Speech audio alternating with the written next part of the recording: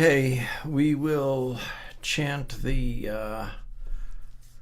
evening bell chant in English.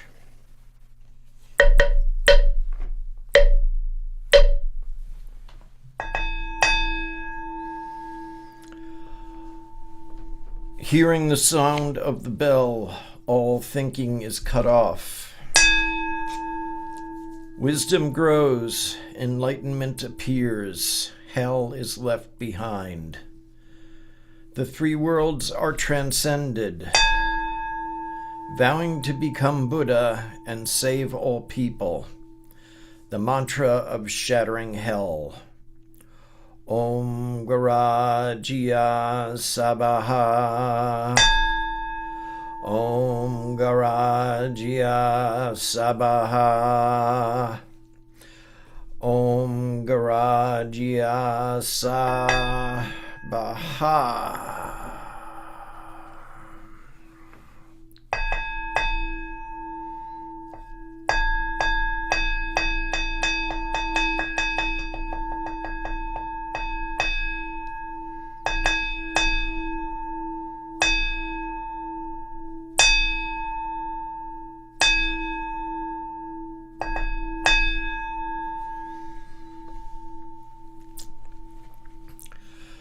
We'll chant the Pali refuge vows.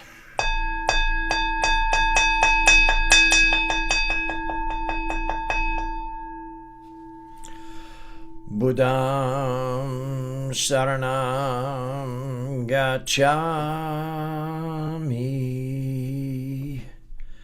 Dhammam Saranam Gacchami.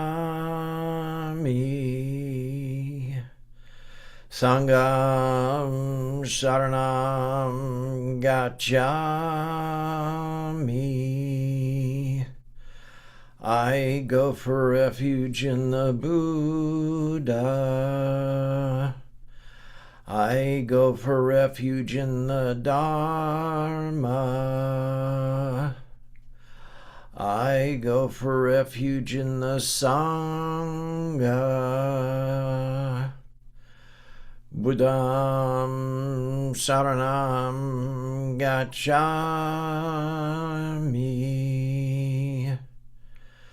Dhammam Saranam Gacchami.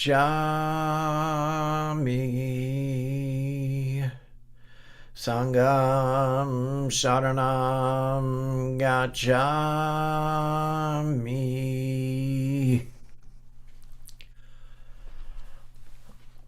All right, so we will commence with our first period of seated meditation.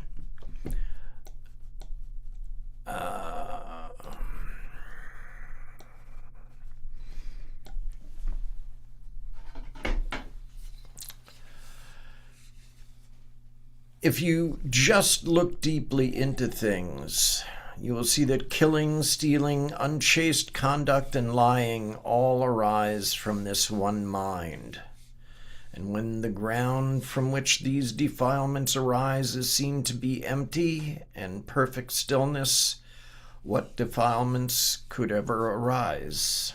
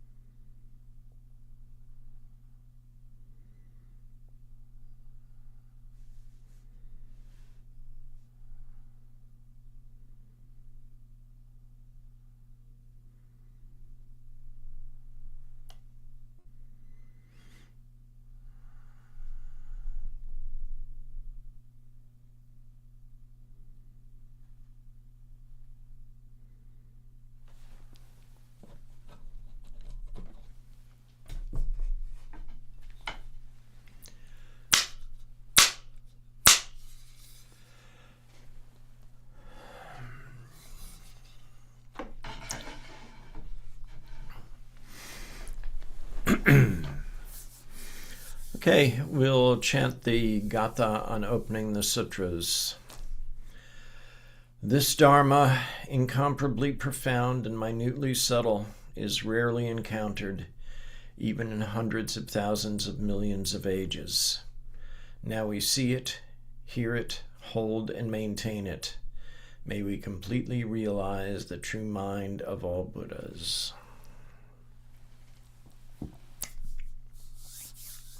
Okay, sit back, relax, bask in the newly acquired extra hour of sunlight for those of us on this side of the world. And on the other side of the world, status quo. The sun is rising. The moon may still be on the water. I don't know. I'm not there. But Sun is rising. regardless, Minwi is in Da Nang. So, welcome. Thank you, Unsun. And good evening, everyone.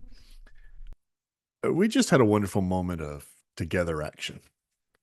Just sitting here, breathing in the same Zoom workspace air, sharing the same silence. And as Unsun mentioned, we had a time change, and time change represents one thing to me: springtime. And with springtime, I find myself kind of going back to the basics, those basic seeds of the Dharma that we plant in the springtime. Hopefully, they grow throughout the year. So here I'm going to turn back a little bit to the very basics of our Zen philosophy. Oddly enough, my inspiration after Unsan asked me last week if I could teach the Dharma talk this week, I don't know why, but it popped into my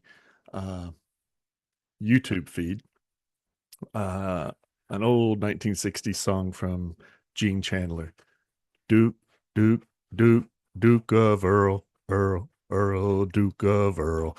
Anyway, you probably know the song. And I thought, Dukkha, that's about as basic as it gets. So that's what I'm going to talk about, because that's where the Buddha began.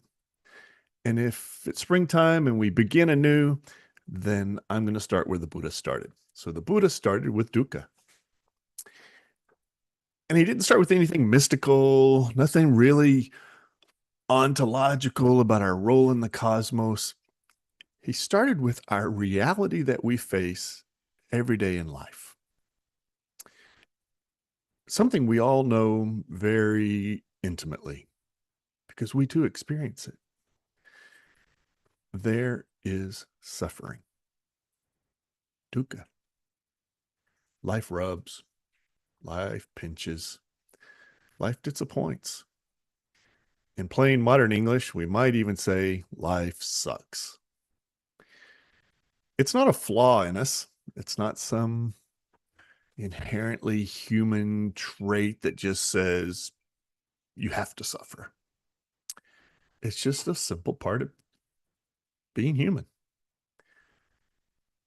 But the surprising thing we learn in our practice is that while suffering is natural, it's not essential to our existence.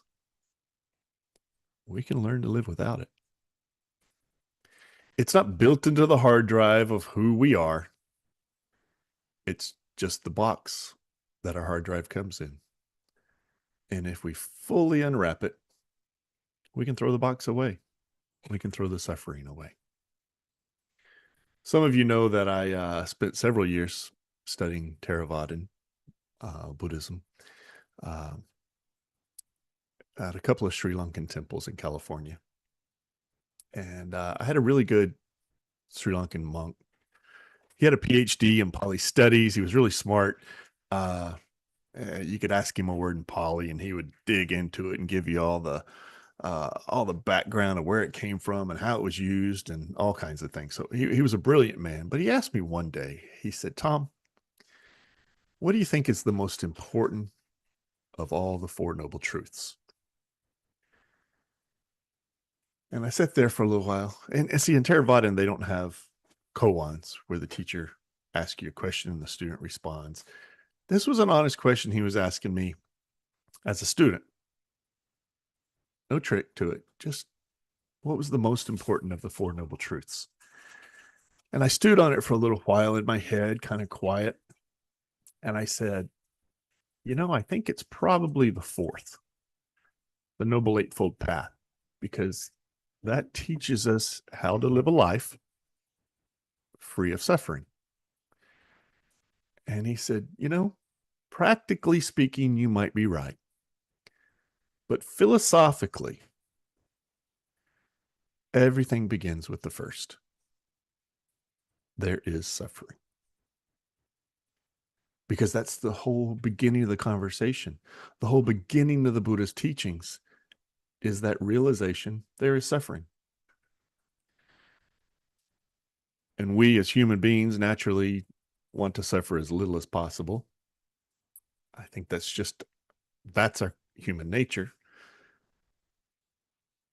Sometimes we call it hedonism and we just go looking for happiness and pleasure. But the reality is we just don't want to suffer. And the Buddha wasn't being a pessimist by telling us there is suffering. He was being a realist. And honesty was the Buddha's only way, his only doorway for us to find the freedom from suffering.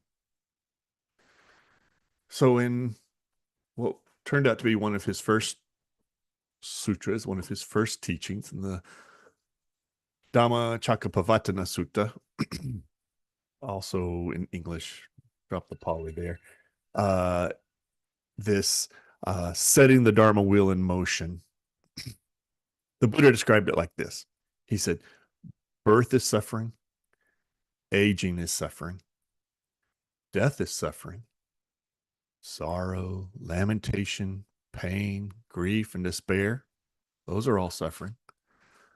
Association with what is disliked is suffering. Separation from what is liked is suffering. Not getting what one wants is suffering.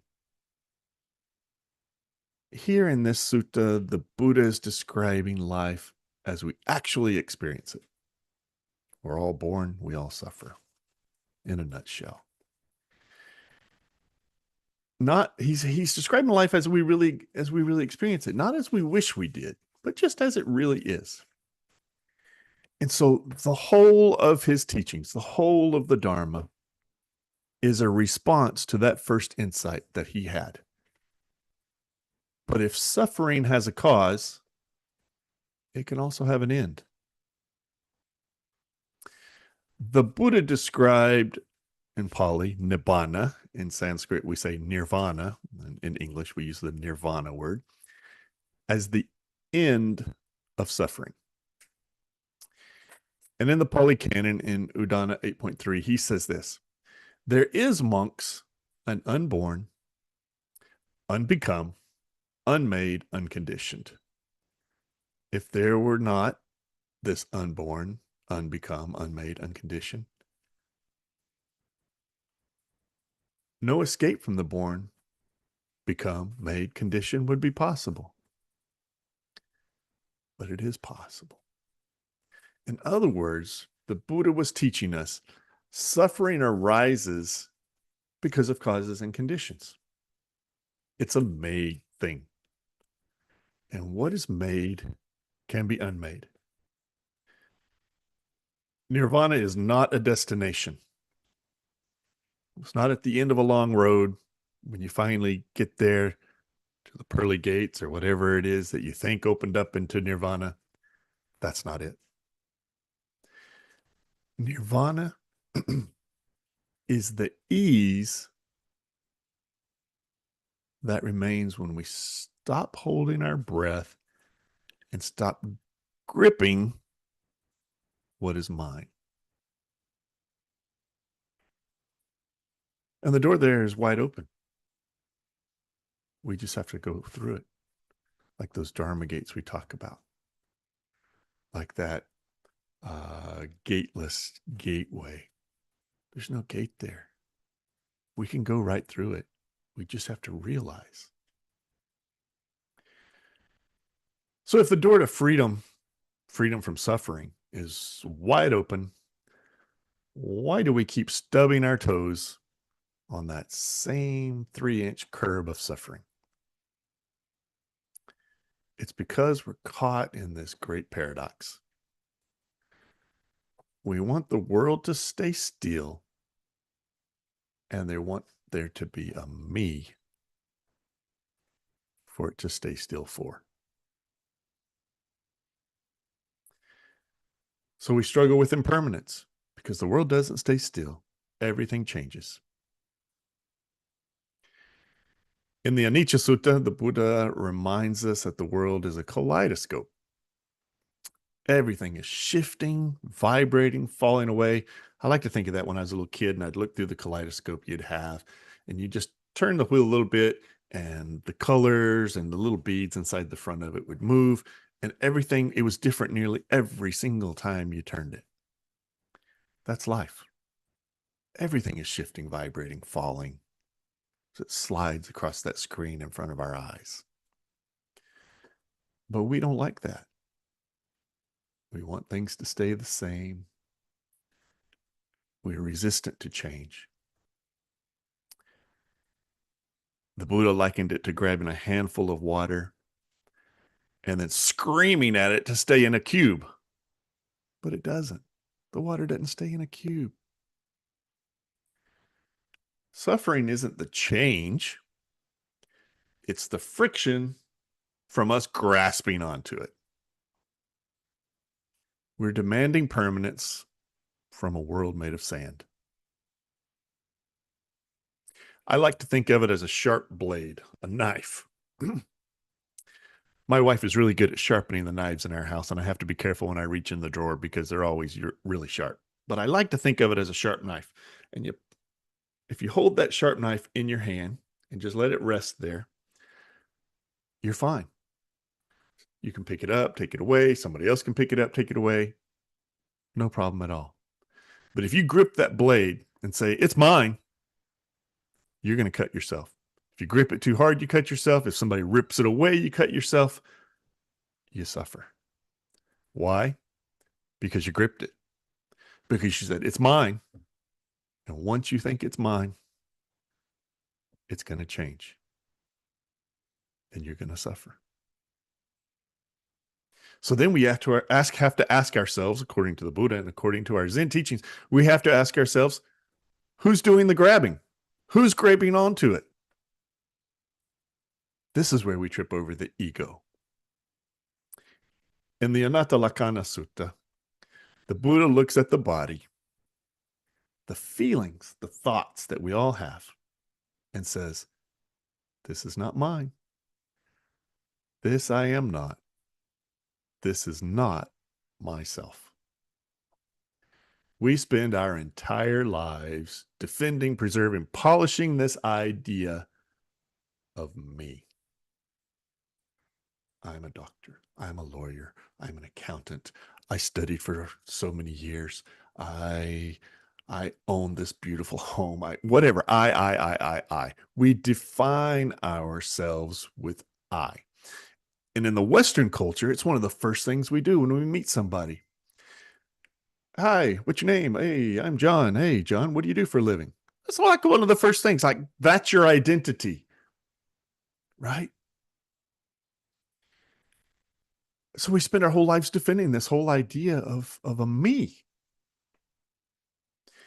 When we realize, as the Buddha did, that I am not any of these things, we realize that the self is just some kind of story we're telling in the middle of a constantly changing world. When we realize that, something radical happens. The world stops feeling like a personal attack on me, and we realize there is no me to be attacked. And if there is no fixed target, These arrows of life have nowhere to land. We stop trying to fortify this ego and realize we're the wide open space the wind is blowing through.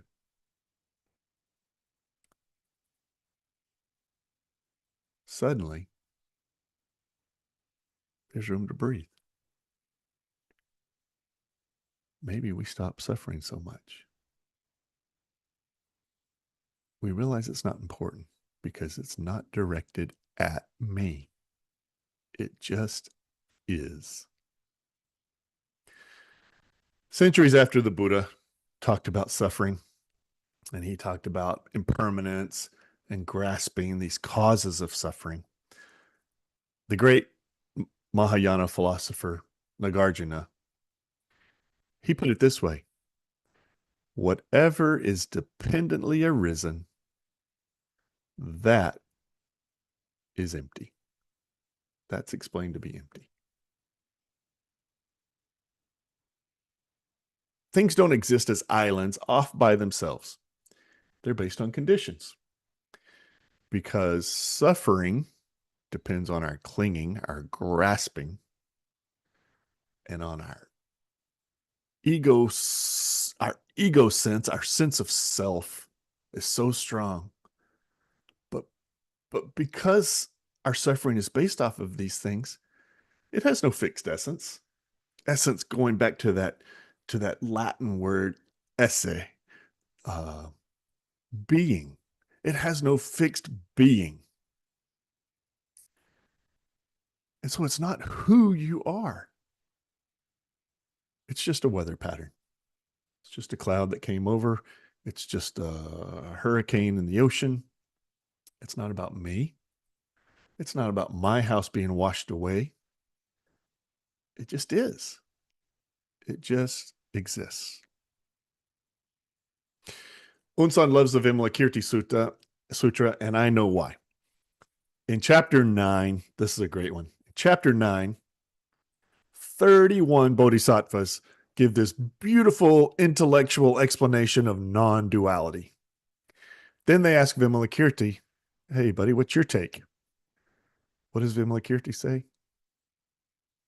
Nothing. He stays silent. That silence is his teaching.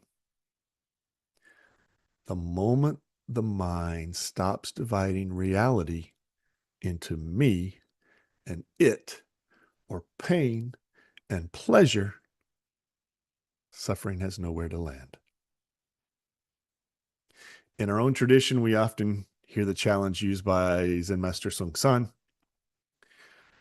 Show me your original face before you were born.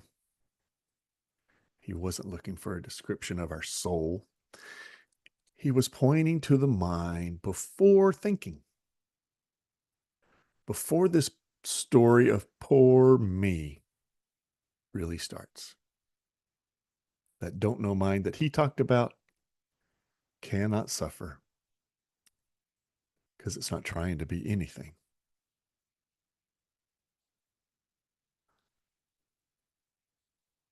The great Zen master, kind of the father of our tradition, Linji, was this shocking iconoclast. And he put it even more bluntly. In one of his teachings, we kind of use as a koan, he spoke of a true person of no rank who was always going in and out of our own faces. When a monk asked him, who is this true person of no rank? Linji didn't give him a lecture. He didn't offer a hug. He just shouted, the true person of no rank, what a dried shit stick he is. It sounds irreverent. That's kind of the way our Zen tradition is. But it's the ultimate medicine, according to Linji. He isn't saying your Buddha nature. What he's really saying is your Buddha nature is not some holy perfume thing hidden in a cloud. It's right here, right now, in the grit, the mess, and the shit stick reality of life. In our Korean Zen tradition, we have this Hwadu, which is kind of the Korean version of a koan. We have this Hwadu who is dragging this corpse around. When we realize that the me we worry about is just a corpse being dragged around by causes and conditions, the burden stops. The true person isn't the corpse. It's the one doing the dragging. And that one is free from suffering.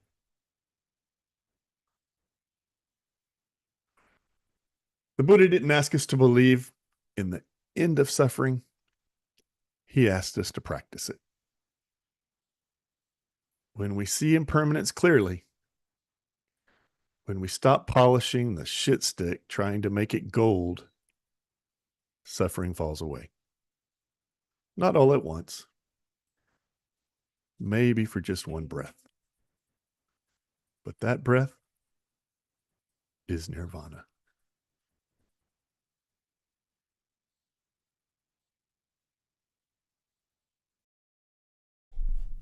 Thank you for your teaching. Tipper Gore is going to want the explicit lyrics sticker on this one, though. When was the last time you heard anyone talk about Tipper Gore? I tried to forget old Tipper. Yeah. So let's go for another 15 minutes.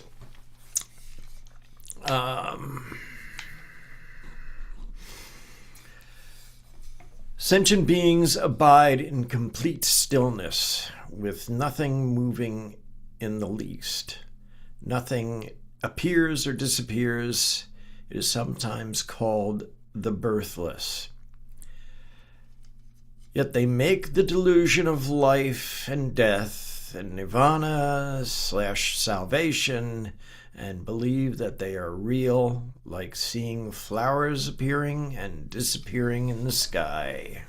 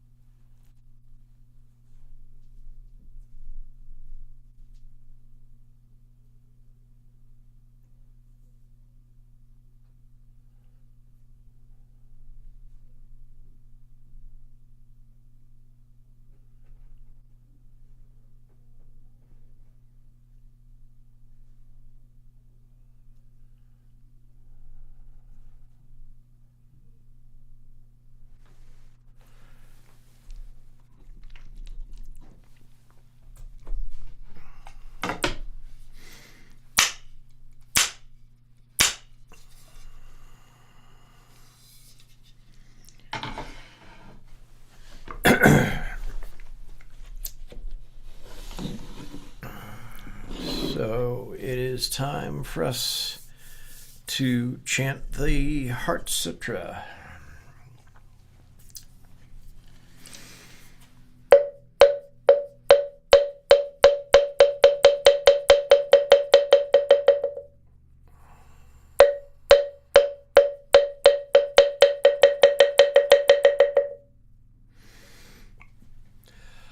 Mahaprajna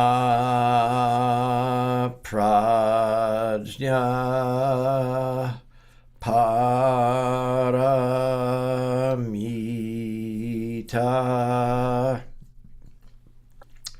Hridaya Sutra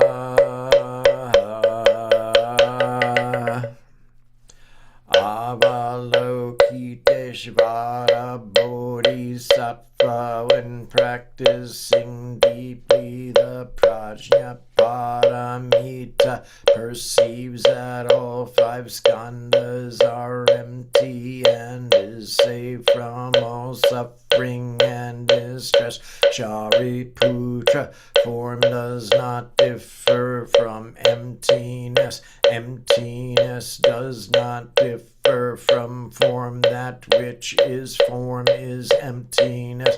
That which is emptiness, form. The same is true of feelings, perceptions, impulses, consciousness. Shariputra, all dharmas are marked with emptiness. They do not appear or disappear, not tainted or pure, do not increase or decrease. Therefore, in emptiness, no form, no feelings, perceptions, impulses, consciousness, no eyes, no ears, no nose, no tongue, no body, no mind, no color, no sound, no smell, no taste, no touch, no object of mind, no realm of eyes, and so forth, until no realm of mind consciousness, no ignorance, and also no extinction of it,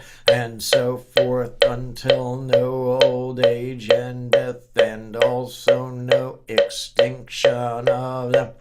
Suffering, origination, no stopping, no path, no cognition, also no attainment, with nothing to attain. The Bodhisattva depends on Prajna Paramita, and the mind is no hindrance. Without any hindrance, no fears exist. Far apart from every perverted view, one dwells in nirvana. In the three worlds, all Buddhas depend on Prajna Paramita, and the Anuttara Samyak Sambodhi. Therefore know that Prajna Paramita is the great transcendent mantra, is the great bright mantra, is the utmost mantra, is the supreme mantra, which is able to relieve all suffering and is true, not false. So proclaim the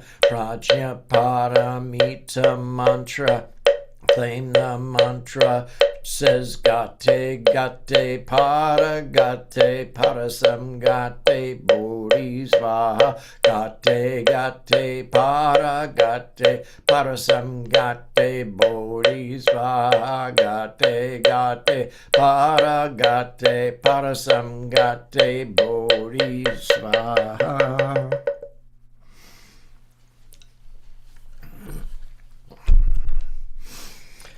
And we'll chant Venerable Wanji's loving kindness meditation.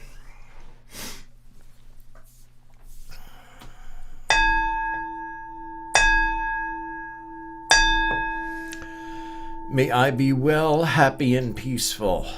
May no harm come to me. May no difficulties come to me. May I have a calm and peaceful mind. May I have patience, insight, courage, and compassion in meeting the challenges of life. May my parents be well, happy, and peaceful. May no harm come to them. May no difficulties come to them. May they have a calm and peaceful mind. May they have patience, insight, courage, and compassion in meeting the challenges of life. May my teachers be well, happy, and peaceful. May no harm come to them. May no difficulties come to them. May they have a calm and peaceful mind. May they have patience, insight, courage, and compassion in meeting the challenges of life. May family members and relatives be well, happy, and peaceful. May no harm come to them. May no difficulties come to them. May they have a calm and peaceful mind. May they have patience, insight, courage, and compassion in meeting the challenges of life.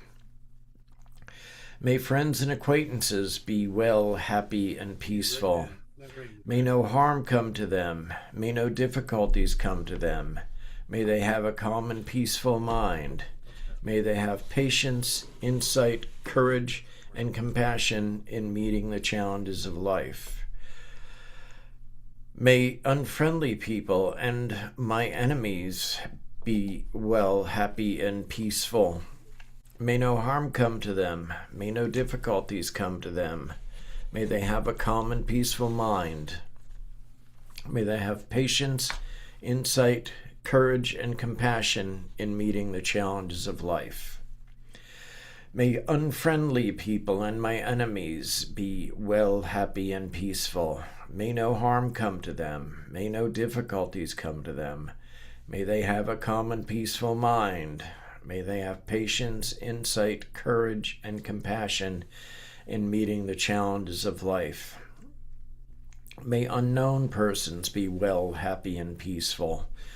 May no harm come to them. May no difficulties come to them. May they have a calm and peaceful mind. May they have patience, insight, courage, and compassion in meeting the challenges of life.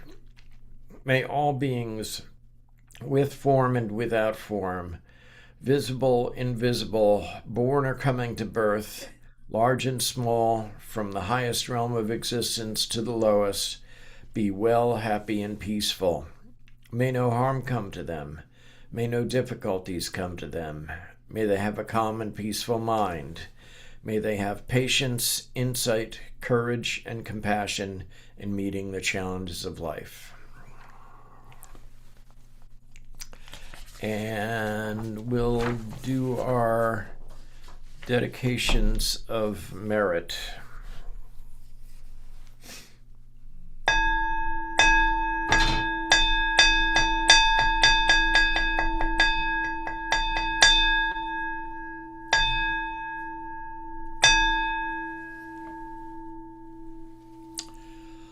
All sentient beings are one seamless body and pass quickly from birth to death. We remember those who cared for us and are gone, those who are ill, those who are at war, who are hungry, and who are in pain. May they heal and have peace. We especially dedicate our service to Mike Gingy Wood, Briar, Barry, and Juanita Windwalker, Brian Unger. And is there anyone you'd want to add in?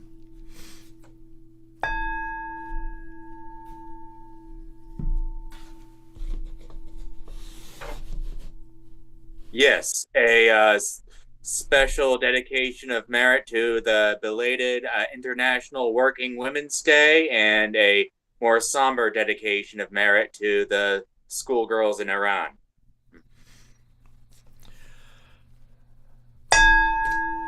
All beings in the 10 directions, subject to the greed, hatred, and delusion of themselves and others.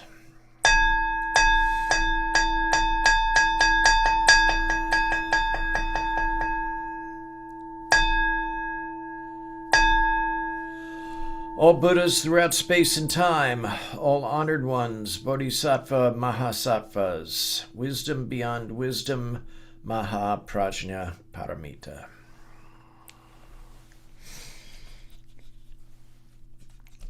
And we'll recite our faith and practice vow.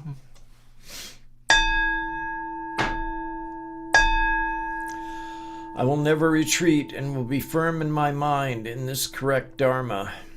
I will escape from the samsaric cycle of birth and death and definitely will see my original face. I will be sure to inherit the life of insight of the Buddha and save all sentient beings.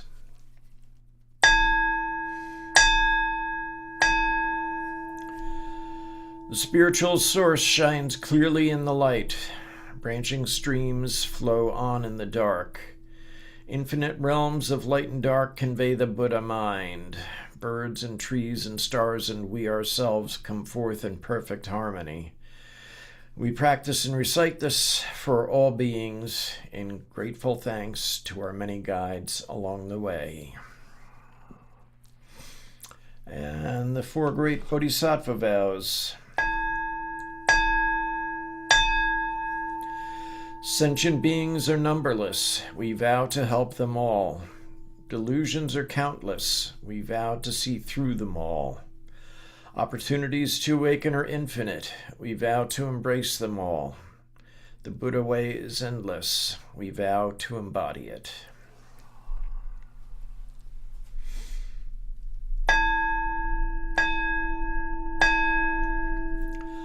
Life and death are of supreme importance. Time passes swiftly by and opportunities to awaken are easily lost. Strive to realize your true nature and do not squander your time by night or day.